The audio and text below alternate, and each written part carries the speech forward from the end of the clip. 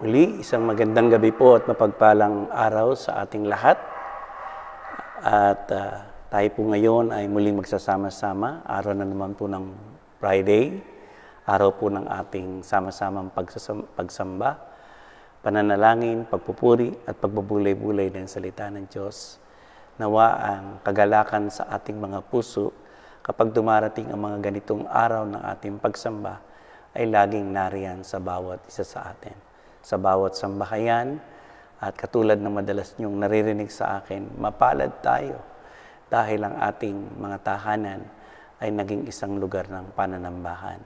Kaya saan man kayo naroroon, mga kapatid, buong pamilya, ang mga kapatid nating nasa iba't ibang bansa, welcome po kayong lahat. Magsama-sama po tayo at patuloy nating luwalhatiin, sambahin at purihin ang ating Panginoong Diyos. Salamat po. Hallelujah. Thing that I desire in my heart, Lord, to thirst and hunger after you alone. With all my strength and love, with all my strength and love, to worship as your glory fill this place. Deeper in love with you, deeper in love with you. I love you more than anything in life. Deeper in love with you, deeper in love with you. Oh, how I love you, Lord.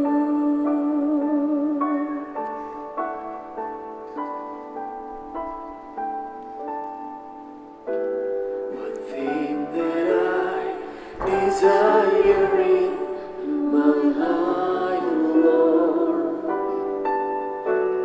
to thirst and hunger after you alone. With all my heart and soul, with all my strength and love, to worship as your glory fill this place. Sing it one more time. One thing that I desire in my heart, Lord, to thirst and hunger after you alone. With all my heart and soul,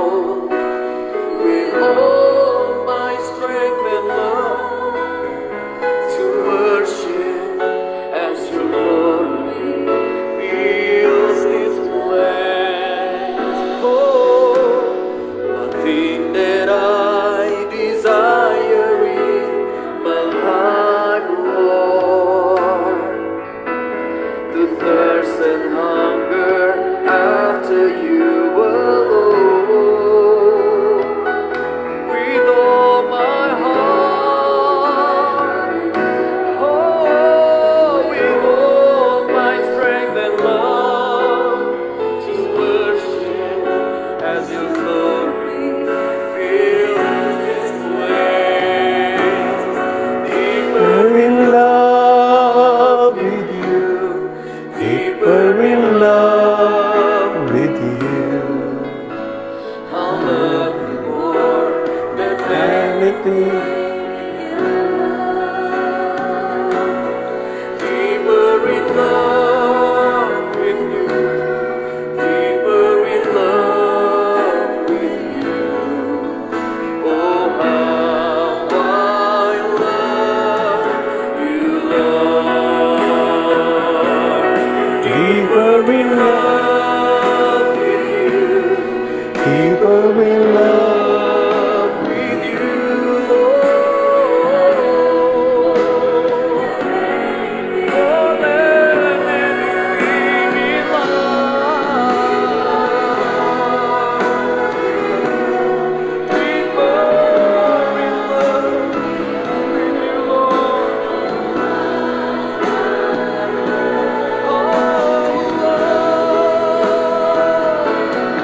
Deeper in love with you. Deeper. In love, I love you more than anything in life. Deeper in love with you. Deeper in love with you.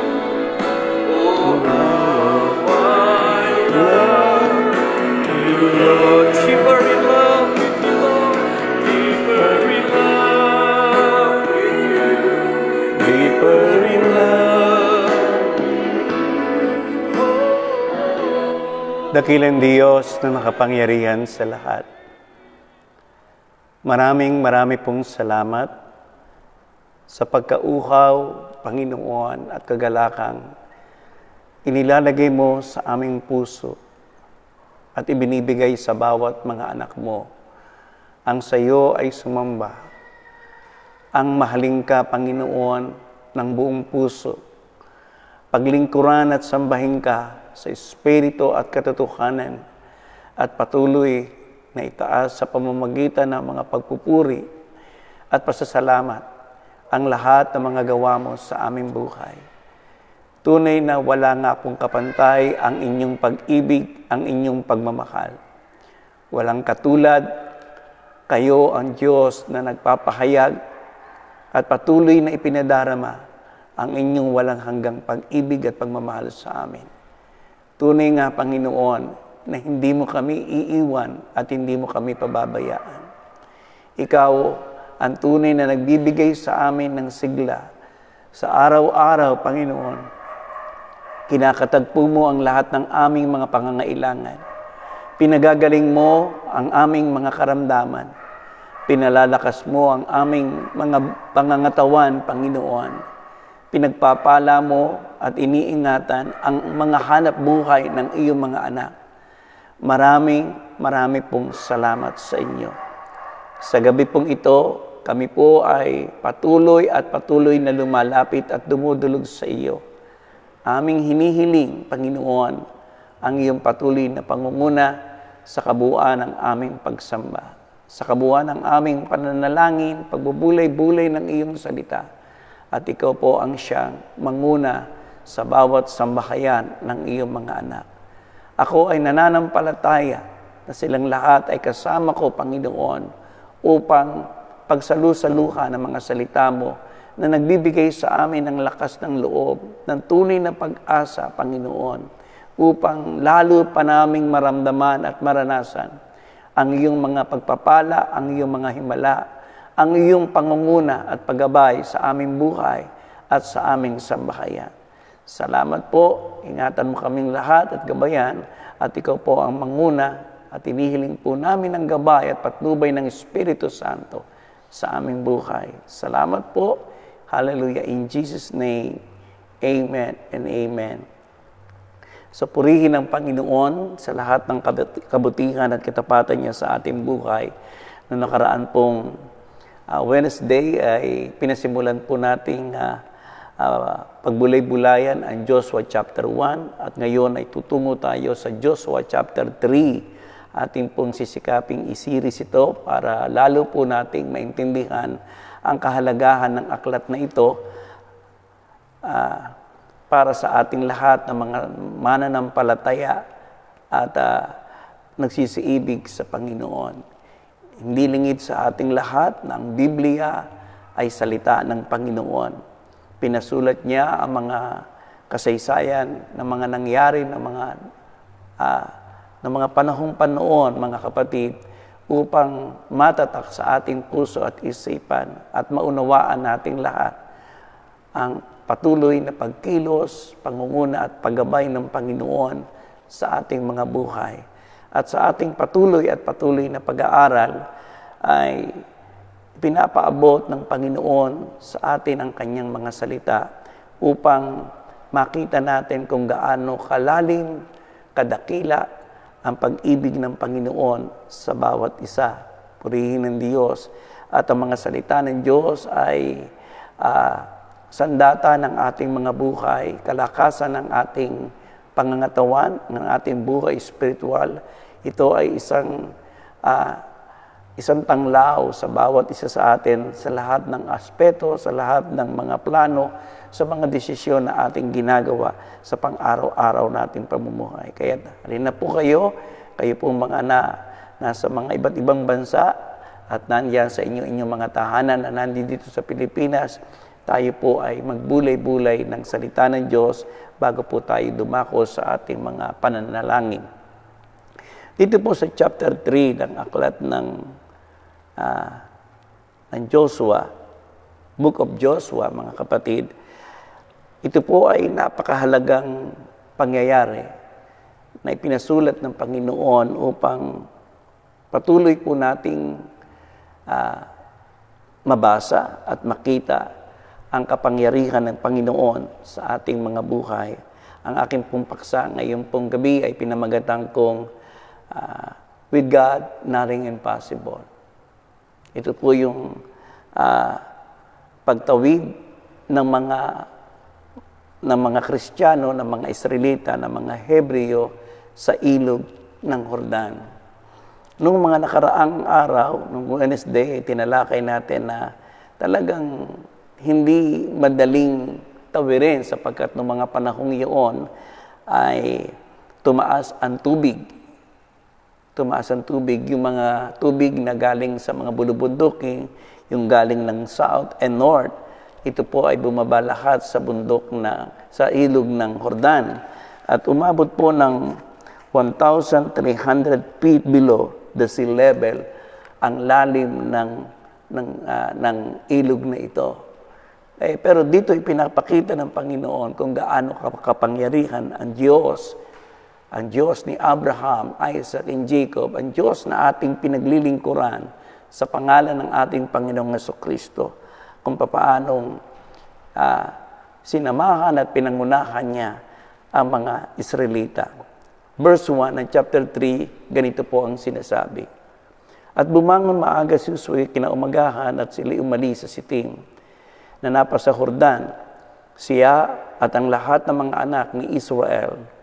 At sila'y tumigil doon bago pa sila tumawid. At nangyari pagkatapos ng 3 araw na ang mga pinuno ay napasa gitna ng kampamento at sila'y nag-utos sa bayan na sinasabi, pagka inyong nakita ang kabanantipan ng Panginoon ninyong Diyos at dinadala ng mga saserdote na Levita, ay kikilos nga kayo sa inyong dako at susunod doon. Gayon may magkakapagitan sa inyo at sa kaban ng may 2,000 siko ang sukat. Huwag ninyong lapitan upang alamin ang daan ng inyong marapat paroonan sapagkat hindi pa ninyo nararaanan ang dakong ito ng una. At sinabi ni Joshua sa bayan, magpakabanal kayo sapagkat bukas ay gagawa ng mga kababalaghan ang Panginoon sa inyo. Pinagpala ng Diyos ang kanyang mga salita. Dito ay pinapakita ng Panginoon, ito ay mayroong napakalaking kaugnayan sa ating pang-araw-araw na pamumuhay. Laging mayroon pong battle, mga kapatid, bago po ang pananagumpay. Laging mayroong pakikidigma bago nating maabot at makamtam ang tagumpay. Laging may struggle bago po ang celebration. Lagi pong may hakbang na dapat gawin bago po tayo makasulong at makaparoon sa nais nating dapat paroonan. At mayroong pagsasanay bago ang kabanhalan at laging mayroong paghahanda para magkaroon ng isang completion o kaganapan. Katulad po ng mga Israelita, nang sila po ay tatawid doon sa tinatawag na Red Sea, kinakailangan muna nilang magmarcha bago makita nila ang paghahati o ang paghahati ng Diyos ng dagat. Ganyan ang Panginoon kumilos. Kinakailangan lumakad ka muna ng may pananampalataya at susunod na dito yung mga himala at kapangyarihan ng Panginoon. Hinahanap ng mga Israelita noon saan sila dadaan, papaano sila dadaan. At sinasabi ng Panginoon kay Moses, palakarin mo sila. Hanggat hindi sila lumalakad, hindi nila nakikita yung paghawi na ginawa ng Panginoon sa gitna ng karagatan upang sila'y makatawid. Subalit nang sila'y humakbang na sa pananampalataya, nakita na nila yung paghawi ng Diyos sa gitna ng Red Sea at sila ay nakalakad sa tuyong lupa at nakatawid, mga kapatid. So gayon din naman sa buhay ni Naaman. Si Naaman, bago siya pinagaling ng Panginoon, kinakailangan sumunod siya doon sa prinsipyo ng Diyos na kinakailangan ikaw ay lumubog ng 3 beses doon sa ilog na iyon bago ikaw ay malinis at gumaling sa iyong ketong. Gayon din naman si Gideon, mula doon sa 32,000 na mga sundalong kasama niya, sinabi ng Panginoon, kailangan piliin mo hanggang sa siya ay umabot lang ng 300, saka sila nagkaroon ng pagtatagumpay. Gayon din sa sa panahon na ang Panginoong Hesus ay naririto, nung ibigay yung tinapay ng bata, ng mga disipulo sa Panginoon, yung 5 pirasong tinapay at 2 pirasong isda, doon pa lang nagkaroon ng himala. Nang si Pedro ay nangingisda, nung sinabi ng Panginoon na doon mo ilubog sa pinakamalalim yung iyong lambat, doon pa lang siya nakahuli ng maraming mga isda. So laging kailangan mauna yung pananampalataya. Andyan yung pagsunod at nandyan yung pananampalataya. Kung wala po yung pananampalataya, hindi po natin makikita at masusumpungan yung himala ng Diyos sa ating buhay. Ito man ay sa hanap buhay, ito man ay para sa kagalingan ng ating mga karamdaman, ito man ay para sa maayos na sambahayan at mahabang buhay at malakas na pangangatawan. Kailangan ipakita natin sa Diyos at kinakailangan mauna yung ating pananalig at yung ating pananampalataya bago natin masumpungan ang himala at kapangyarihan ng Panginoon. Kaya nga, sinasabi sa aklat ng Hebreo, kung walang pananampalataya, hindi magiging kalugod-lugod sa Panginoon. Kung walang pananampalataya, ay hindi maging kalugod-lugod sa Panginoon. Paano ba tayo naging anak ng Diyos? At paano ba nating naging ama si Abraham, mga kapatid? Kasi naging ama natin sa pananampalataya sapagkat ibinilang ng Diyos na katuwiran sa kanyang harapan ang paglakad ni Abraham na mayroong pananampalataya. Iniwan niya yung kinasanayan niyang buhay, kinagawian niyang buhay, at sumunod siya sa Panginoon. At siya ay pinagpalang lubos ng Panginoon. So dito sa verse 1, makikita natin at atin ang himayin. At bumango maaga si Josue, kinaumagahan, sila'y umalis sa Sitim at napasa Jordan. Siya at ang lahat ng mga anak ni Israel at sila'y tumigil doon bago pa sila tumawid. So hindi sila yung pagkagaling doon sa kanilang inalisan, ay dire-diretso na kaagad sila patungo tinawid na kaagad nila yung ilog ng Jordan. Hindi po ganun. Nag-antay sila ng salita ng Diyos, ng kapahayagan ng Panginoon, ng mensahe ng Panginoon, bago pa nila tinawid ang ilog ng Jordan. Kaya doon, sila ay tumigil doon bago sila tumawid.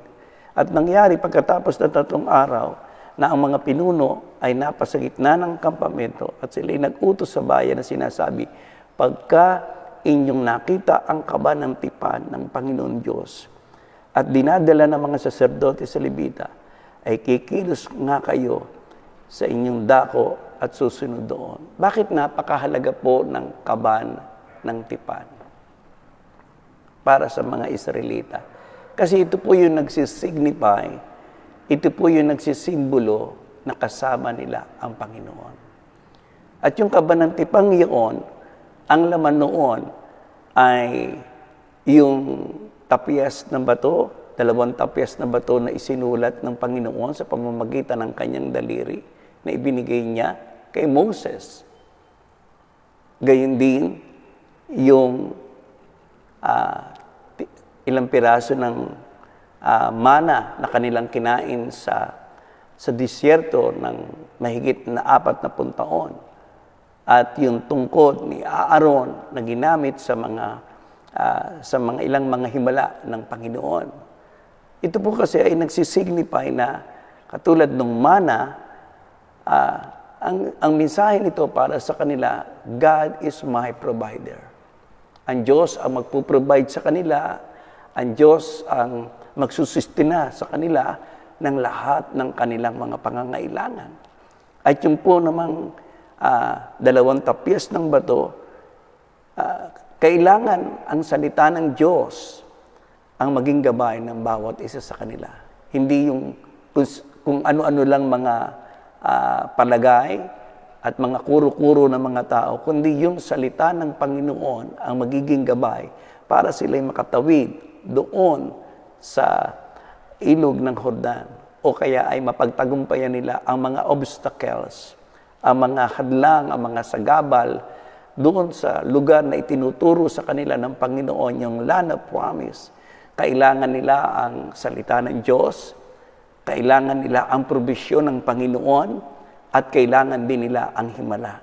Kaya itong kaba ng tipang ito po ay hindi maaaring ilagay doon sa hulihan habang sila ay lumalakad o nagmamarcha patungo doon sa itinuturo ng Panginoon na lugar sa kanila. Bagkus, ito pong kaba ng tipang ito ay kinakailangan ay nasa unahan. At nagsalita si Joshua at sinasabi niya, kinakailangan lumayo kayo. Huwag kayong lalapit sa kaba ng tipan.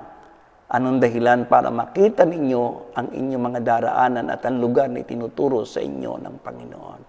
So sa buhay natin bilang mga mananampalataya, ang kahalintulad nito ay mga kapatid, ang Panginoong Yesus, ang tinapay ng ating kabuhayan.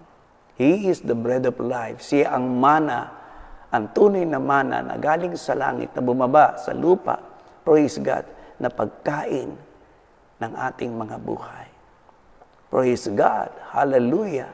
At ang salita ng Diyos, ang banal na kasulatan, mga kapatid, ay ito'y po yung salita na nagbibigay sa atin ng tunay na kaliwanagan, ng tunay na katotohanan upang tayo ay makatawid sa anumang ating daraanan na mga sagabal at makarating tayo doon sa lugar na itinuturo ng Panginoon sa bawat isa sa atin. At si Jesus Christ din ang himala ng ating buhay. Praise the Lord. Hallelujah. Kaya sa pag-aaral natin ito, marami tayong makukuha, marami tayong matututunan sa pangyayaring ito patungkol sa ating pang-araw-araw na pamumuhay. Tuloy natin ang pagbasa. At nangyari pagkatapos ng 3 araw na mga pinuno ay nasa gitna ng kampamento, talatang 3, at sila'y nag-utos sa bayan na sinasabi, pagka inyong nakita ang kaba ng tipan ng Panginoon Diyos at dinadala ng mga saserdote na Levita, ay kikilos nga kayo sa inyong dako at susunod doon. So, hindi pwedeng manguna ang mga Israelita sa kabanantipan. Ano po ang mensahe nito? Hindi po natin pwedeng pangunahan ang Diyos. At hindi rin natin dapat pwedeng pangunahan at hindi natin dapat pangunahan ang salita ng Panginoon. Kailangan tayo po ay susunod sa salita ng Diyos. Dapat bilang mga anak ng Diyos, dapat sumusunod lang po tayo kung ano po yung nais at sinasabi ng Panginoon sa atin. Maliban sa tinig ng Panginoon, mga kapatid, maliban sa salita ng Diyos, wala na po tayong dapat pakinggan, kundi yung lamang upang makarating tayo doon sa lupang pangako na ibinibigay sa atin ng Panginoon. Then, kaya sabi niya doon sa verse 3, at sila'y nag-utos sa bayan na sinasabi, pagka inyong nakita ang kabanantipan ng Panginoon ng Diyos at dinadala ng mga saserdote na Levita, ay kikilos nga kayo sa inyong dako at susunod doon. Verse 4, gayon may magkakapagitan sa inyo at sa kaban ng may 2,000 siko ang sukat. Huwag ninyong lapitan upang alamin ang daan na inyong marapat paroonan sapagkat hindi pa ninyo nararaanan ang dakong ito nung una pa. So wala silang kaalam-alam doon sa kanilang pupuntahan. Pero sinasabi ng Panginoon, ito ay lupang pangako. Ito ay lupang masagana. Sa buhay natin sa ngayon, hindi naman natin pa nakikita yung inihandang lugar ng Diyos para sa atin. Yung buhay na walang hanggan. Pero dapat tayong manampalataya. Praise God. At dapat tayong magtiwala ng lubos sa Panginoon. At sinabi ni Josue sa talatang 5, at sinabi ni Josue sa bayan, magpakabanal kayo sapagkat bukas ay gagawa ng mga kababalaghan ang Panginoon sa inyo. So, paano pong gumagawa ang Diyos ng kababalaghan? Tayo gusto natin ng himala ng Panginoon. May sakit tayo, maluba ang sakit at karamdaman, may lugmok tayo sa kahirapan, problemado tayo sa buhay, pag-aasawa, sa pamilya. Paano po ito maaalis at mawawala sa ating buhay? Paano po natin masusumpungan ang himala ng Diyos sa ating buhay? Paano po natin masusumpungan yung pagpapagaling, yung pagpapala ng Panginoon sa ating buhay? Ang sabi po ni Josue sa bayan ay ito, magpakabanal kayo. Magpakabanal. Kailangan po natin ito. Ang sinasabi dito sa wikang English to set apart. Parang ibukod ninyo yung inyong sarili, ilayo ninyo ang inyong sarili, ihiwalay ninyo ang inyong sarili sa sistema at takbo ng sanlibutan. Katulad ng sinasabi ni Apostol Pablo sa Aklat ng Roma, huwag kayong makikiayon sa takbo ng sanlibutan. Yun po ang ibig sabihin ng salitang ito na magpakabanal kayo. Pangalawang kahulugan nito, mga kapatid, ay pagsisihan ang mga kasalanan. Sapagkat ang kasalanan ang siya nagtatakip sa mukha ng Diyos upang hindi marinig ang ating mga dalangin. Marami sa atin, gusto nating gumaling, gusto nating pagpalain tayo ng Panginoon. Itinuro na sa atin at itinuturo sa atin ngayong gabi ano ang sekreto. Magpakabanal tayo. Pagsisihan natin ang ating mga kasalanan. Bakit po ito nabanggit ni Joshua sa mga Israelita? Sapagkat nabasa natin sa banal na kasulatan, nang sila po ay tatawid sa Red Sea, pakinggan niyo po ito mga kapatid, napakaraming bulong-bulungan, napakaraming reklamo, napakaraming pag-aalinlangan, at sila ay galing sa pagsamba sa Diyos-Diyosan. Di ba, nang umakyat si Moses at kausapin ng Panginoon, sila ay gumawa ng mga ribulto at ito ay kanilang sinamba. Ito ay kanilang sinamba. Kaya dito, sila naman ay tatawid uli sa panibagong ilog, hindi na dagat, ilog na ng Jordan. Mga kapatid, ang sinabi ni Joshua sa kanila, kailangan kayong magpakabanal. Hindi natin matatawid dito, in other words, kung hindi tayo susunod sa Panginoon. At sabi dito, sapagkat bukas ay gagawa ng mga kababalaghan ang Panginoon sa inyo. So kung wala yung kabanalan, kung wala yung pagpapakabanal, mga kapatid, kung wala yung pagsisisi sa kasalanan, kung wala yung pag-amin sa mga pagkukulang, sa mga pagkakamali, hindi natin masusumpungan yung himala ng Diyos.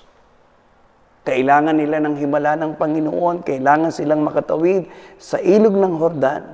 Ang kailangan ay hindi mahirap.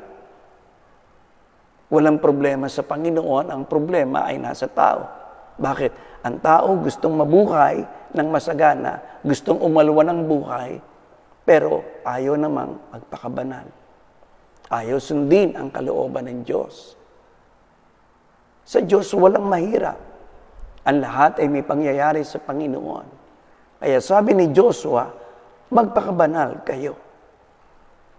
Sapagkat bukas ay gagawa ng mga kababalaghan ang Panginoon. At dito ay natuto na, after 40 years, dito ay natuto na ang mga Israelita, mga kapatid. Kaya sila ay nagsisi sa kanilang mga kasalanan, humingi sila ng tawad sa Panginoon. At tayo, sa buhay natin ngayon, sa pamamagitan ng ating Panginoong Yesus, sa paglapit natin sa Kanya, sapagkat binayaran niya ang ating mga kasalanan at dininis niya ng Kanyang banal na dugo ang lahat ng ating mga karumihan. Sa pamamagitan ng ating pananampalataya sa Kanya, tayo ay namumuhay ng mayroong kabanalan.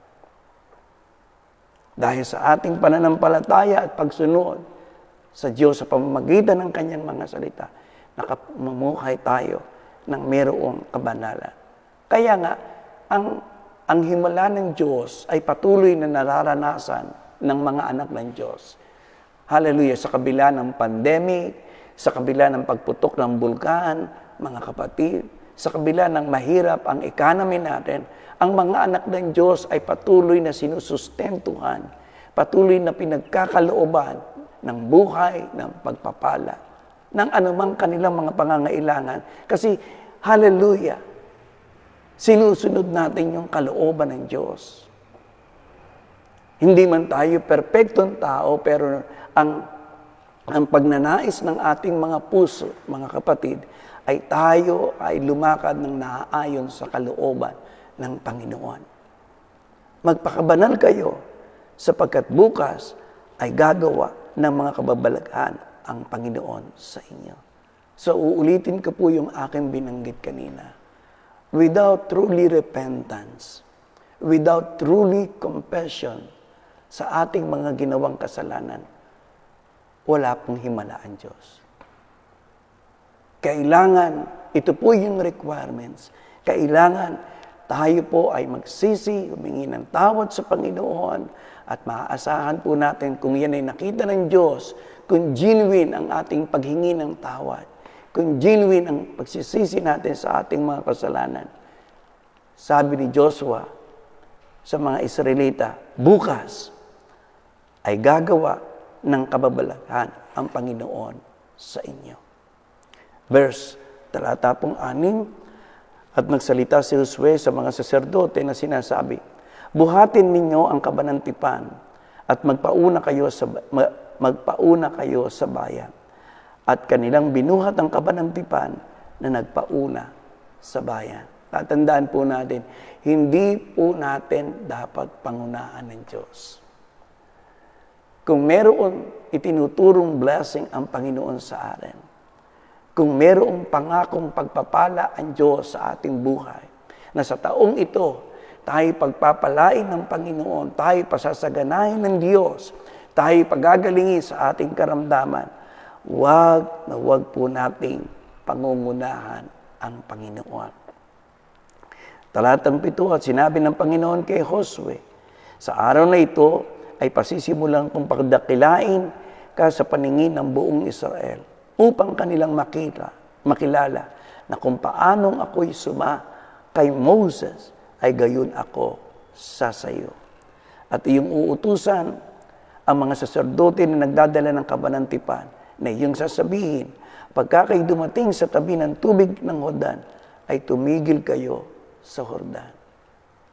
Bakit kailangan pong tumigil, mga kapatid, doon sa labi ng ilog ng Jordan? Kasi nga, kailangan nila, praise the Lord, yung pangunguna ng Panginoon. Kasi kung wala yung pangunguna ng Diyos, wala po yung himala ng Diyos. Pangalawa, kailangan muna nila uli yung message o yung tinig ng Panginoon. Then, sa verse 9, at sinabi ni Josue sa mga anak ni Israel, magsilapit kayo, dinggin ninyo mga salita ng Panginoon ninyong Diyos. Ano sinabi niya? Alam nyo, hallelujah, ito po ang tanda ng isang maayos, mabuting tagapanguna sa bahay o pananambahan, mga kapatid, o sa pagpapastor. Yung itinuturo sa mga tao na dinggin ninyo ang tinig ng Panginoon Diyos. Ito po ang mahalaga. Ang kailangan, ang tao'y matutong sumunod sa Panginoon.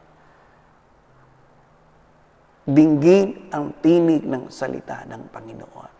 Matutong sumunod sa Diyos, matutong magtiwala ng lubusan sa Panginoon. Ngayon, marami pong lumalabas na iba't ibang mga sinasabi ng mga naglilingkod sa Panginoon. Pero tayo naman ay nagbabasa ng banal na kasulatan. Kung wala po ito sa banal na kasulatan, huwag po natin pakinggan. Kung ito po ay nasa banal na kasulatan, sundin po natin ito. At pagpapalain tayo ng Diyos. Verse 10, at sinabi ni Josue, sa ganito ay inyong makikilala na ang buhay na Diyos ay nasa gitna ninyo. At walang pagsalang kanyang itataboy sa harap ninyo ang Kananeo, at ang Hiteo, at ang Hibeo, at ang Pereseo, at ang Gergeseo, at ang Amorheo, at ang Hebuseo.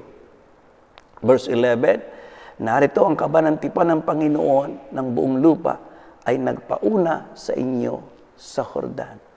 Narito ang kabanantipan ng Panginoon ng buong lupa ay nagpauna sa inyo sa Jordan. Ngayon ay kumuha kayo ng 12 lalaki sa mga lipi ni Israel na isang lalaki sa bawat lipi at mangyayari na pagka ang mga talampakan ng mga paa ng mga saserdote. Ito po yung mensahe ng Lord. At mangyayari na pagka ang mga talampakan ng mga paa ng mga saserdote na nagdadala ng kaba ng tipan ng Panginoon ng buong lupa, ay titigil sa tubig ng Jordan. Sino ang titigil? Ang Panginoon. Tatayo ang Panginoon doon sa ilog ng Jordan. Praise God. So, ano ang mensahe nito? Manampalataya at sumunod sa Panginoon. Huwag na huwag nating pangungunahan ang Panginoon. Sapagkat ang Diyos ang gumagawa ng himala at siya ang gagawa ng himala para tayo ay makatawid sa anumang hadlang, sa anumang balakid upang hindi natin upang maabot natin, mga kapatid, yung mga bagay na inaabot sa atin ng Panginoon. Kung wala ang pangunguna ng Diyos sa buhay natin sa taong ito, hindi po tayo magtatagumpay. Sapagkat siya ang susi ng himala, ng pagpapala at masaganang buhay para sa ating lahat. Praise the Lord. Ay titig na ang tubig ng Jordan ay mahahawi sa makatwid bagay, ang tubig na bumababang mula sa itaas at mag-iisang bunton. So dito sa ikalawang pagkakataon, inulit ng Panginoon ang pagtawid ng mga Israelita sa ilog. Yung una, sa Red Sea, tumawid sila. Nandoon ang kanilang pag-aalinlangan, nandoon ang kanilang pagtutungayaw, nandoon ang kanilang pagre-rebellion. pero sila'y nakatawid. Kasi nga, sila'y nakatawid sa Red Sea. Ngayon, dito sa pagkakataong ito, inulit muli ng Panginoon na kailangan kayo matawid.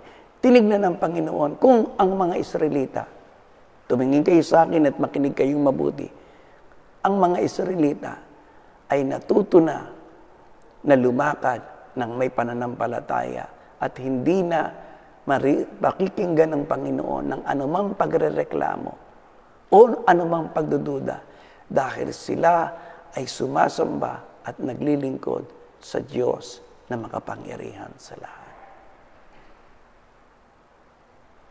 At salamat sa Panginoon, nung kinakausap sila ni Joshua kung ano ang dapat nilang gawin ayon sa kalooban ng Panginoon.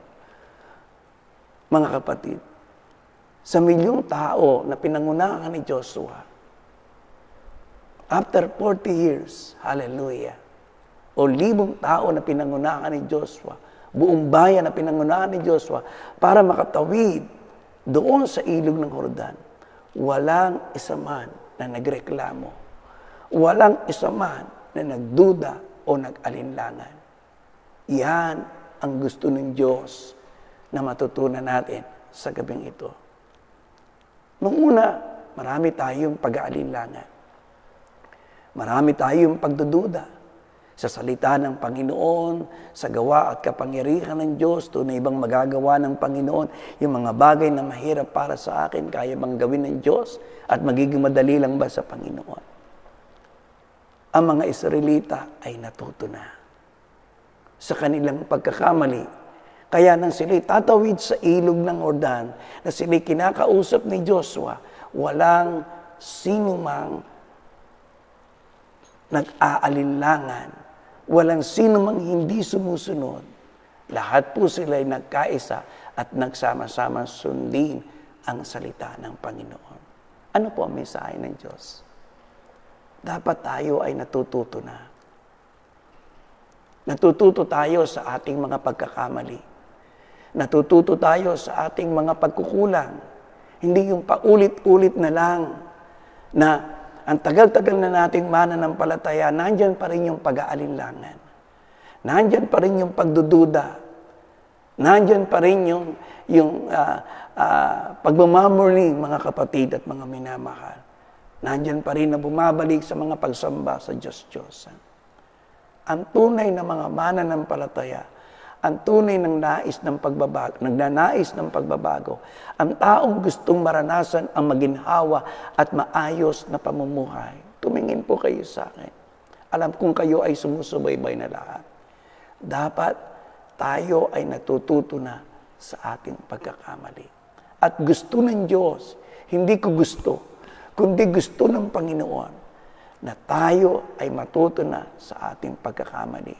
Kaya ito ang rason kung bakit sa ikalawang pagkakataon, kailangan muli nilang tumawid sa dagat o sa ilog ng Jordan upang subukin ng Diyos ang kanilang pananampalataya.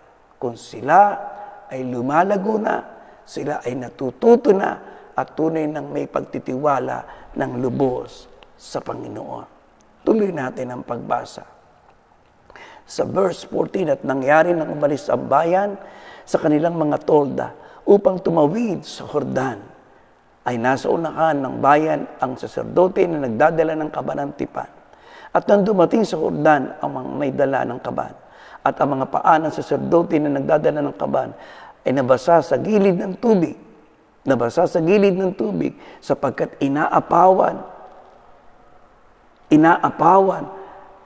ng Jordan ang lahat niyang pampang sa buong panahon ng pag-aani. Katulad ng akin na mention kanina, ang lalim ng tubig na ito is 1,300 feet.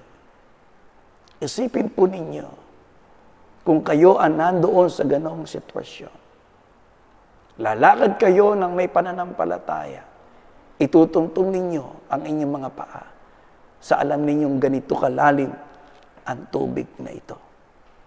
Pero, ang tunay na mga mananampalataya ay matapang. Ang tunay na mananampalataya ay punong-puno ng pag-asa. Bakit? Kasi yung salita ng Diyos ay nasa kanila. Yun ang kahalagahan kung bakit nila binibitbit lagi yung kaba ng tipan, katulad ng aking sinabi. Kasi kapag dala nila yon, alam nila yung probisyon ng Diyos ay nasa kanila.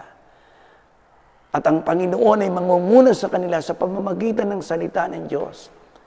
At nandoon din ang tungkod ni Aaron, hallelujah, ang ginamit ng Diyos sa paggawa ng mga himala. O purihin at purihin ng Panginoon. Verse 16, na ang tubig ay bumabang mula sa itaas ay tumigil. Isipin niyo po yung dakilang kapangyarihan ng Diyos. Hallelujah! Walang mahirap para sa Panginoon. Ang lahat ay may pangyayari. Na ang tubig na bumababang mula sa itaas ay tumigil. Sino nagpatigil? Isipin niyo galing sa bundok, nag-uumapaw, matindi ang ulan, bumabaha, kailangan talagang wala makakapigil nun para bumaba ang tubig. Pero pinatigil ng Panginoon. Pinatigil ng Diyos. At nag-iisang buntong na malayo sa kanila, sa Adam, na bayan na sa tabi ng Saretan, at yaong nagsibaba sa dagat na Araba, na dagat na alat ay lubos na nahawi, at ang bayan ay tumawid sa tapat ng Jericho. Praise God. At ang mga saserdote na nagdadala ng kaba ng tipan ng Panginoon ay tumayong panatag sa tuyong lupa sa gitna ng Jordan. Isipin po ninyo, 1,300 ang lalim ng tubig. Natuyo sa isang iglap lang. Pinatigil ng Panginoon ang tubig na galing sa mga bundok, sa bundok ng Harmon. Bakit? Kasi ang Diyos ay Diyos na makapangyarihan. Walang mahirap, lahat ay may pangyayari sa Kanya. Sa gabing ito, mga kapatid at mga minamahal, hallelujah. Sa pamamagitan ng salita ng Diyos, na ating pinagbubulay-bulayan, ang Panginoon ay nangungusap sa ating lahat. Anuman ang nagiging sagabal at balakid o hadlang kung bakit hindi mo marating ang buhay na nais ng Diyos para sa iyo, kapatid. Ang mensahe sa iyo ngayong gabi ng Panginoon, magtiwala ka, manampalataya ka, sundin mo ang kanyang mga salita, at ang Diyos ay mangunguna sa iyo. Hahawiin niya ang iyong daraanan. Aalisin niya ang lahat ng mga balakid upang ikaw at ako, tayong lahat, ay makatawid kung anuman ang ating pinagdaraanan sa taong ito.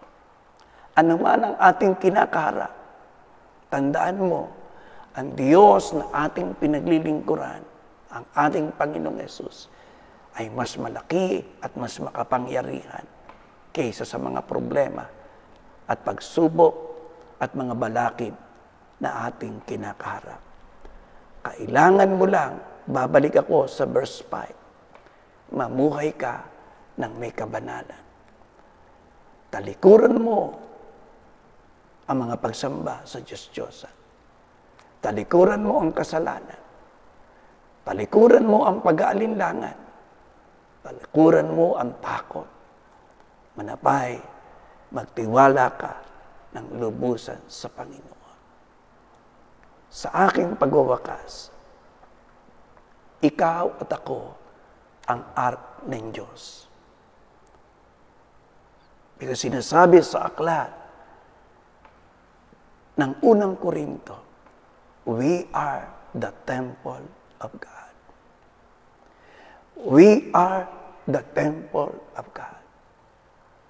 Praise God. Hallelujah. Si Jesus Christ ang tinapay ng ating buhay, ang Panginoong Yesus. O purihin ang Panginoon. Siya'y tinanggap na rin bilang Panginoon at tagapagligtas ng ating buhay. At sinabi ng Panginoong Yesus, hallelujah, bibigyan ko kayo ng kapangyarihan. Ang mga anak ng Diyos ay mayroong kapangyarihan. May kapangyarihan na galing sa Panginoon. Purihin ang Panginoon. Ikaw at ako, ikaw ay makakatawid. Tayo ay makakatawid sa anumang ating pinagdaraanan. Sa anumang ating hinaharap. Huwag kang matakot, huwag kang mag-aalinlangan. Ang Diyos ang mangunguna sa atin. Dito sa verse 17, at ang sabi, at ang mga saserdote na nagdadala ng kabanantipan ng Panginoon ay tumayong panatag sa tuyong lupa sa gitna ng Jordan. Magkaroon ka ng kapanatagan.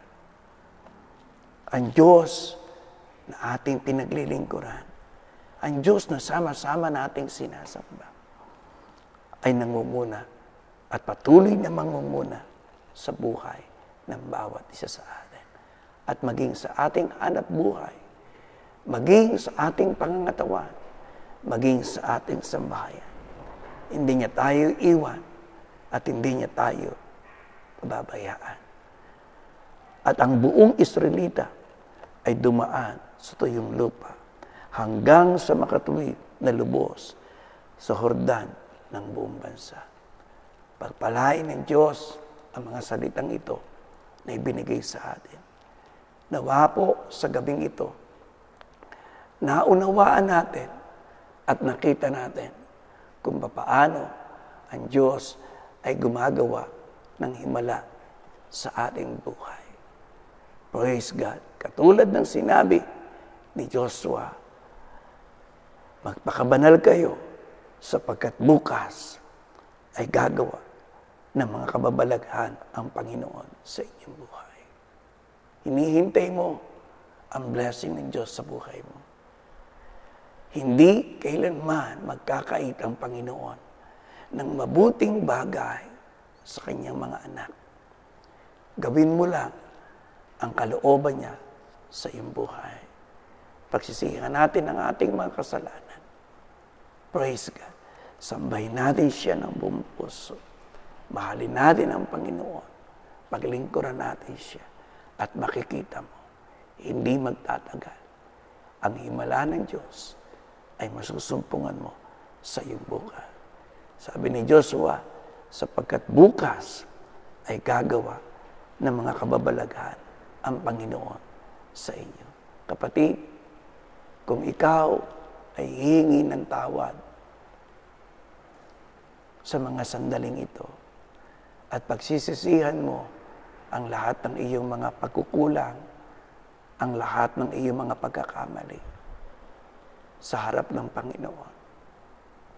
Bukas, ang Diyos ay gagawa ng himala sa iyong buhay.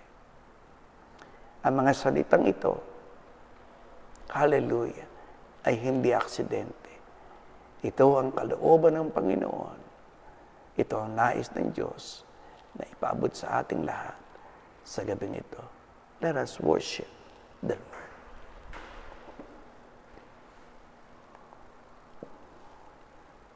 Hallelujah.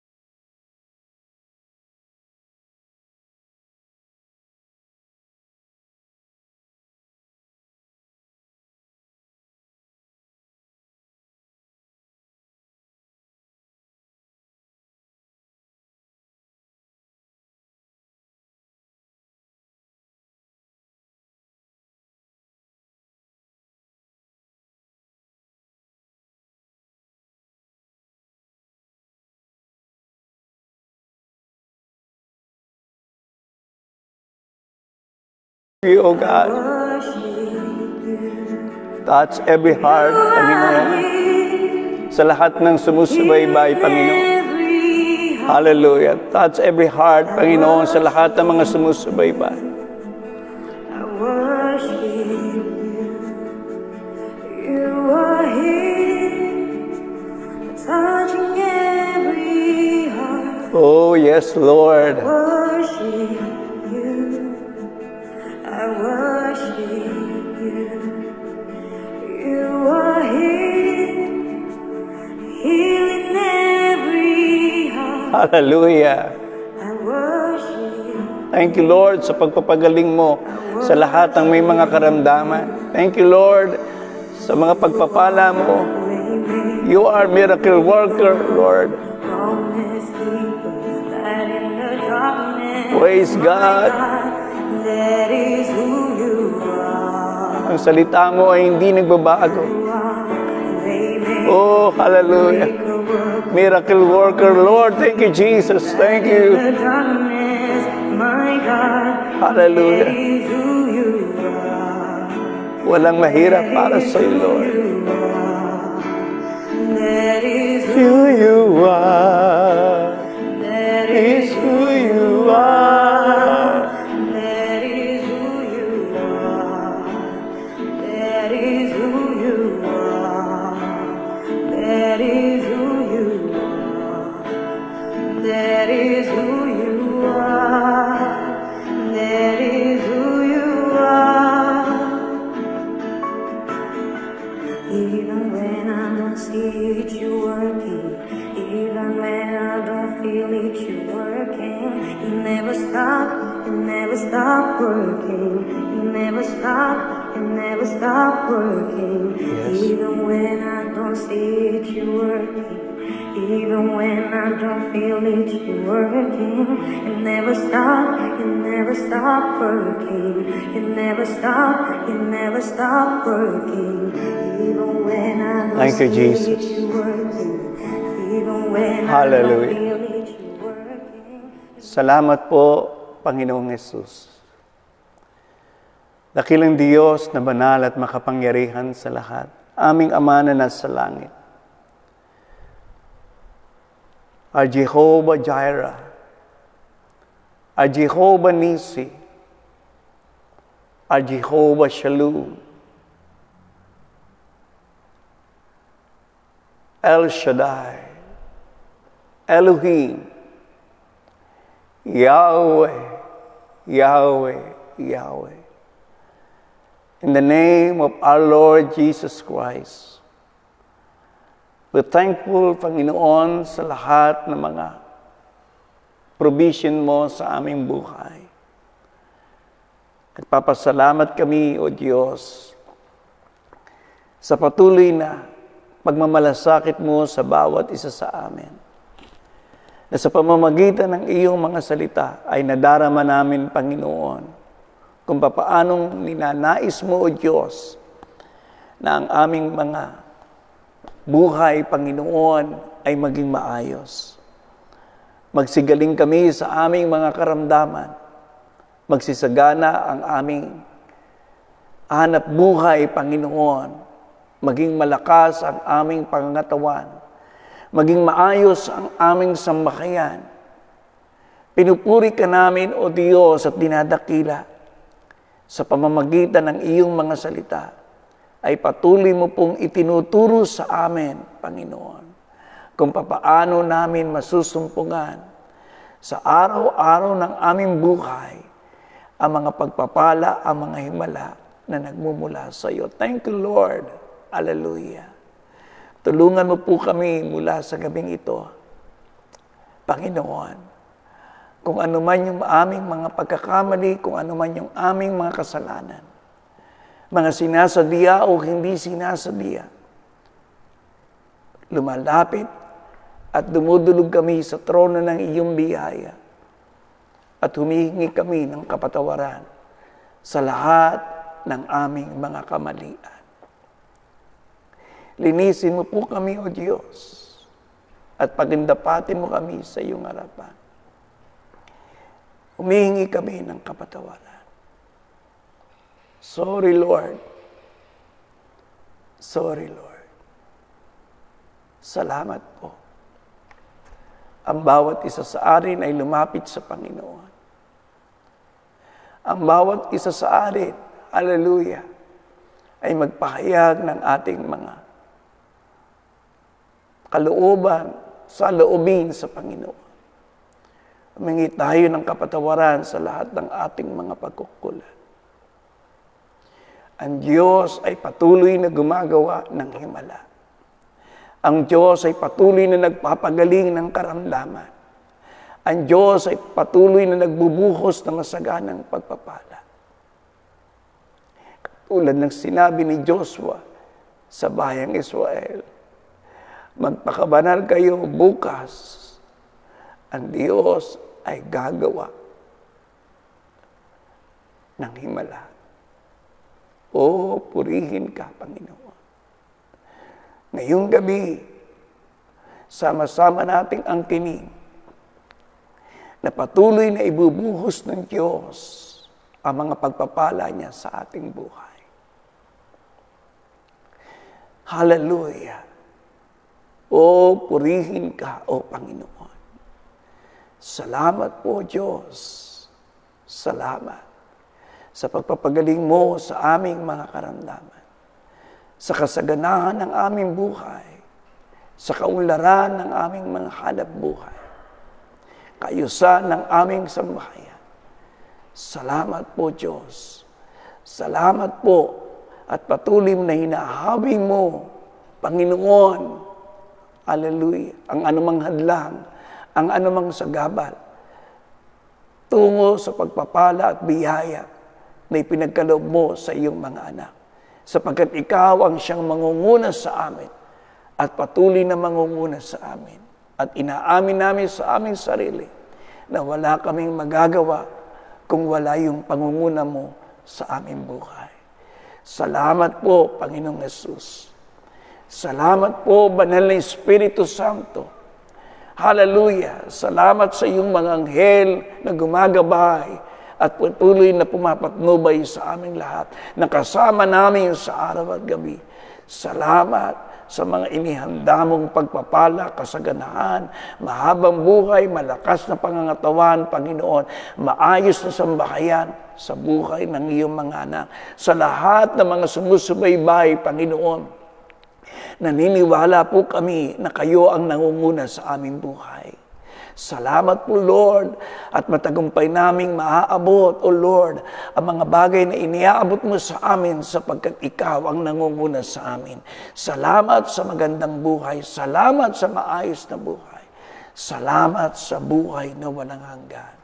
Purihin ka, O aming Diyos. Salamat sa mga pagpapala. Salamat sa kagalingan. Salamat po na sa gabing ito, Diyos, hallelujah, nangusap ka at nagpakahayag ka sa amin sa pamamagitan ng iyong mga salita.